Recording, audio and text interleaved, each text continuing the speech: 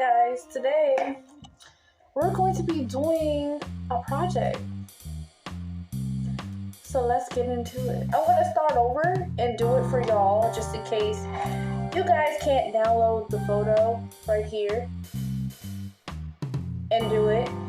We can do it this way. There are two ways to do it, which is through the photo, which is right there, and through our hands. This.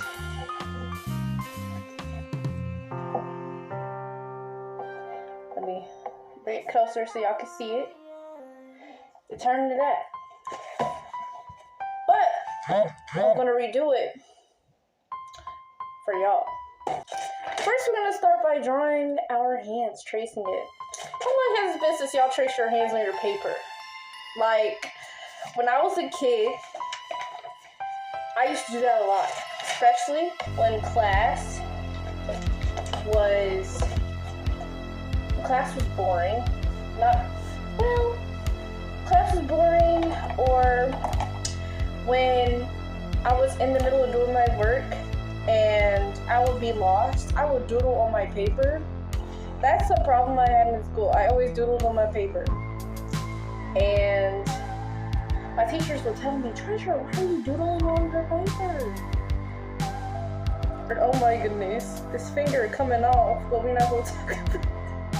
I drew two left hands, but I'm going to try a left and a right hand. Let's see what my left hand can do. So, when I was doing this project, I was thinking about, am I healed from certain things in my childhood? Like, am I really over it? You know? I think it comes down to that. If you're really over it or not. When we become adults, we automatically think, oh, that shouldn't bother me anymore. I'm older. I grew up now. I'm older. Shoot. It shouldn't bother me. I'm a grown woman. I'm 22 years old. What?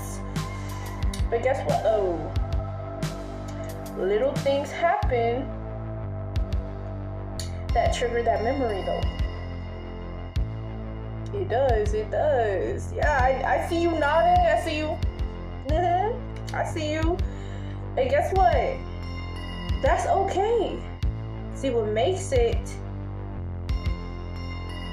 a challenge is when we feel that feeling that we felt before, and we just say, I don't know why I did that.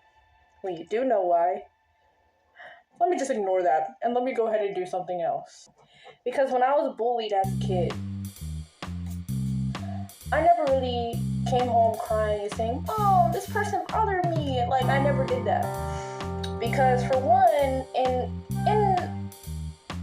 a child's life, and everybody knows this, we don't want to be labeled as a snitch, or we don't want to be the person that looks weak to the other person.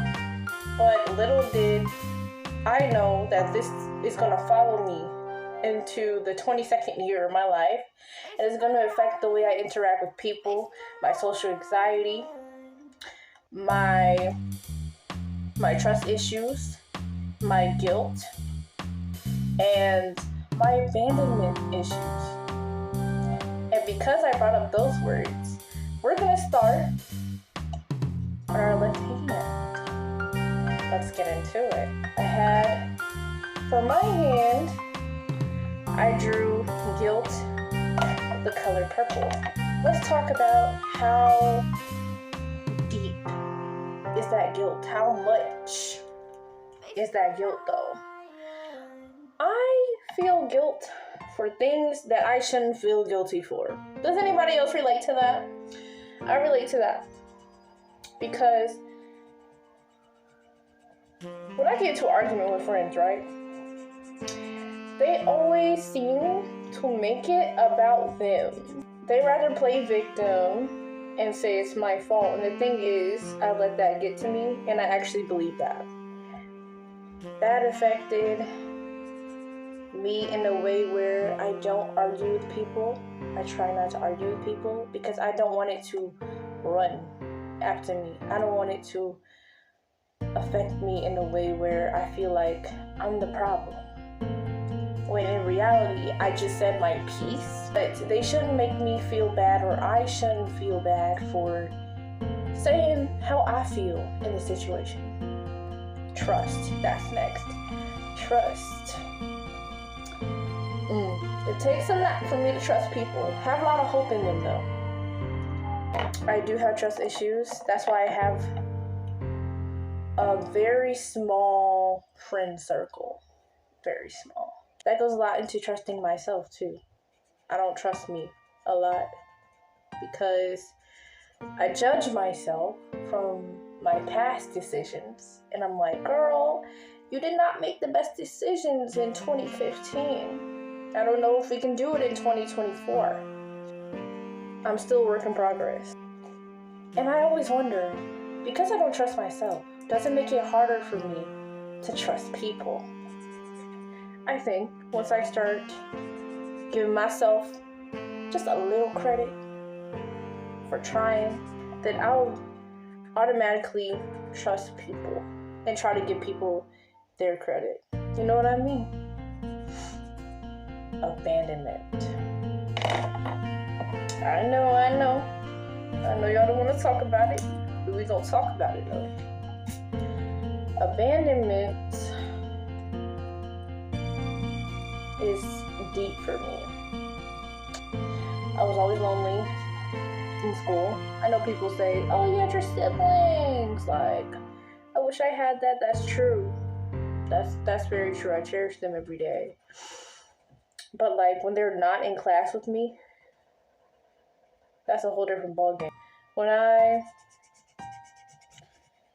was in class, like group projects, nobody wanted to like be in the group with me.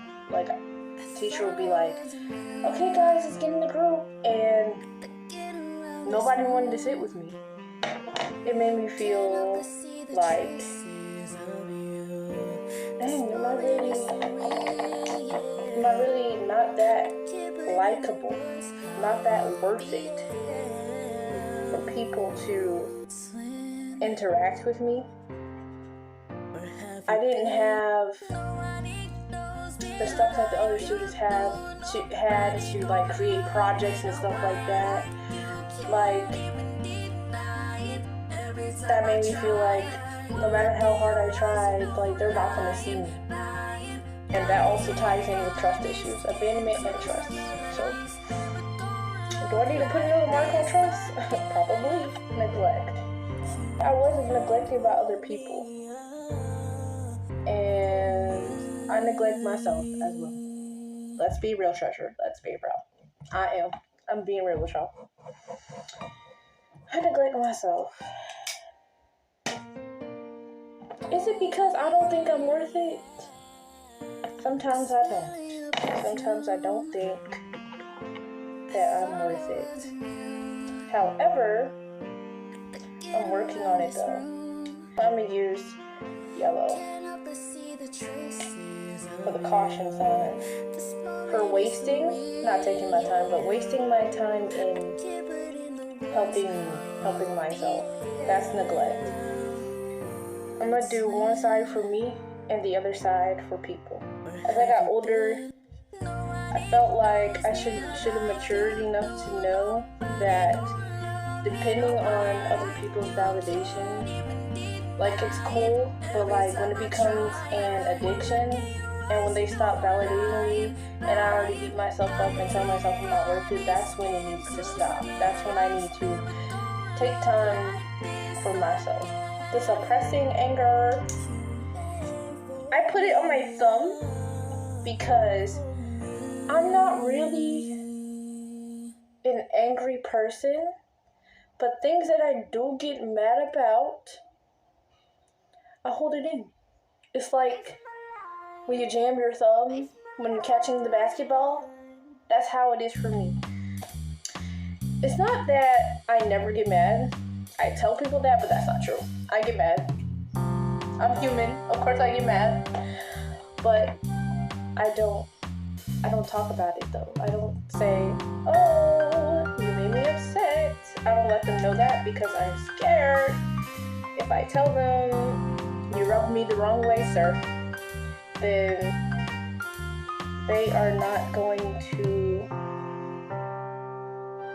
talk to me or depend on me anymore. So this is how my hand's looking.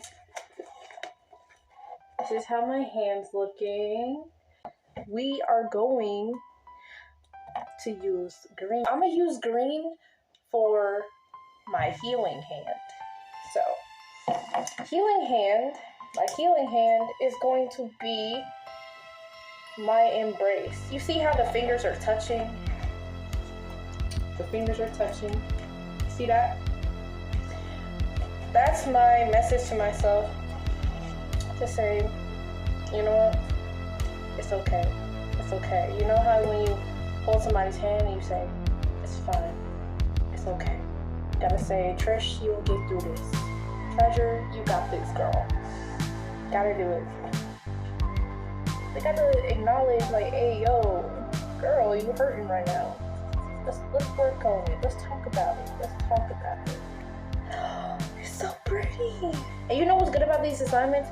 You can redo them from years later, a year later, a couple months later, to see what's going on, to see if you're good, Self-check. That's what it's called. What? In closing, I hope yours turned out great.